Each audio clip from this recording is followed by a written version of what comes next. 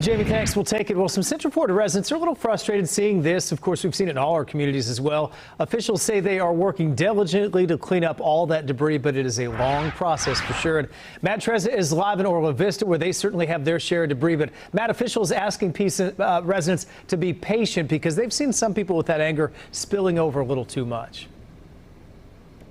Yeah, absolutely. There's no reason for that. But you can understand people's frustrations with piles of trash like this still out on their lawns, like this yard here in Orla Vista here. The people are calling on the county to please clean it up, but the county is saying it could be weeks to get all that work done. Now, Orange County officials say they've hired private contractors to clean up the debris here. They say they've been working around the clock to get things back to normal for the people here, but they say it still could be 5 or 6 weeks before everything's cleared away.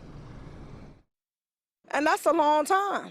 They here daily getting this stuff, because people pulling out their stuff daily. And it ain't a little bit of stuff. Seminole County also asking people to please be patient with them as the storm cleanup continues. We're live in Orla Vista. Matt Trezza, Fox 35 News.